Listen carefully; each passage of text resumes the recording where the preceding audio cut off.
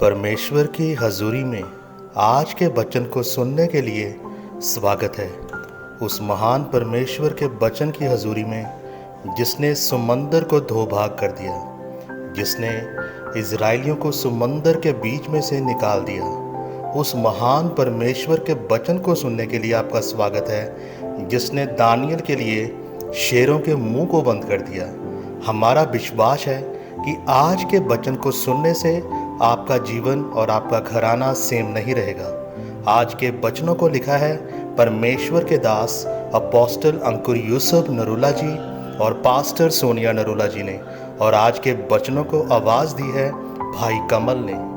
तो आइए अब हम परमेश्वर के वचन की हजूरी में चलें और देखें कि आज के दिन परमेश्वर का वचन हमसे क्या बात करता है। God bless you. जैसे कि आज के वचन निर्गमन 2:5 में लिखा, तब फिरौन की बेटी नहाने के लिए नदी के किनारे आई। उसकी सखियां नदी के किनारे किनारे टहलने लगी। तब उसने कांसों के बीच टोकरी को देखकर अपनी दासी को उसे ले आने के लिए भेजा। मेरे प्रियो, जब आपका जीवन प्रार्थना वाला नहीं होता और आप आत्मा में सो जाते हैं तो आप अपने स्वर्गीय मददगारों को खो देते हैं। पर जब आप आत्मा में जागते रहते हैं, जब आपका जीवन प्रार्थना वाला होता है, तब आप अपने स्वर्गीय मददगारों को हासिल करते हैं। बाइबल में हम पढ़ते हैं कि जब राजा फिरौन इजराइल के घरों में पैदा होने वाले लड़कों को मरवा देता था ताकि इस धरती से इजरायली लोग नष्ट हो जाएं, तो उस समय पर मूसा का जन्म हुआ और मूसा की माँ ने उसे 3 महीने तक छिपा के रखा। और 3 महीने के बाद जब उसे पता चला कि अब मैं और समय तक अपने बेटे को छिपा नहीं सकती, तब उसने अपने बेटे को टोकरी में रखकर उसे नदी में फेंक दिया।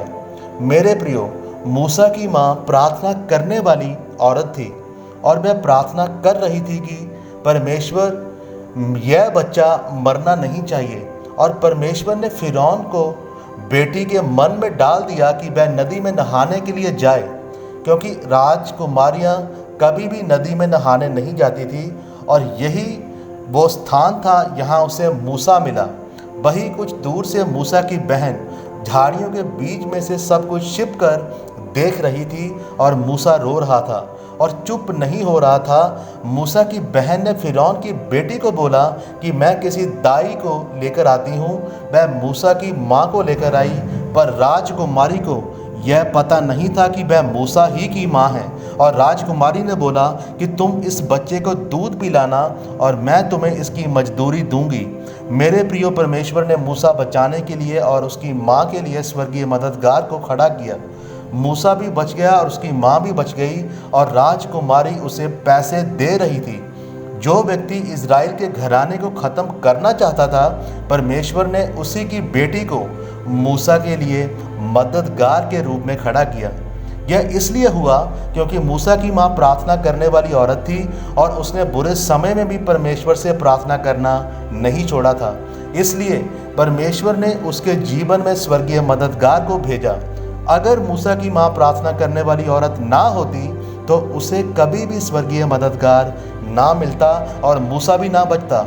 इसलिए मेरे प्रियो, अपने हर एक हालात में विश्वास और प्रार्थना को कभी भी कम होने ना दे। तब परमेश्वर आपके जीवन में स्वर्गीय मददगारों को लेकर आएगा।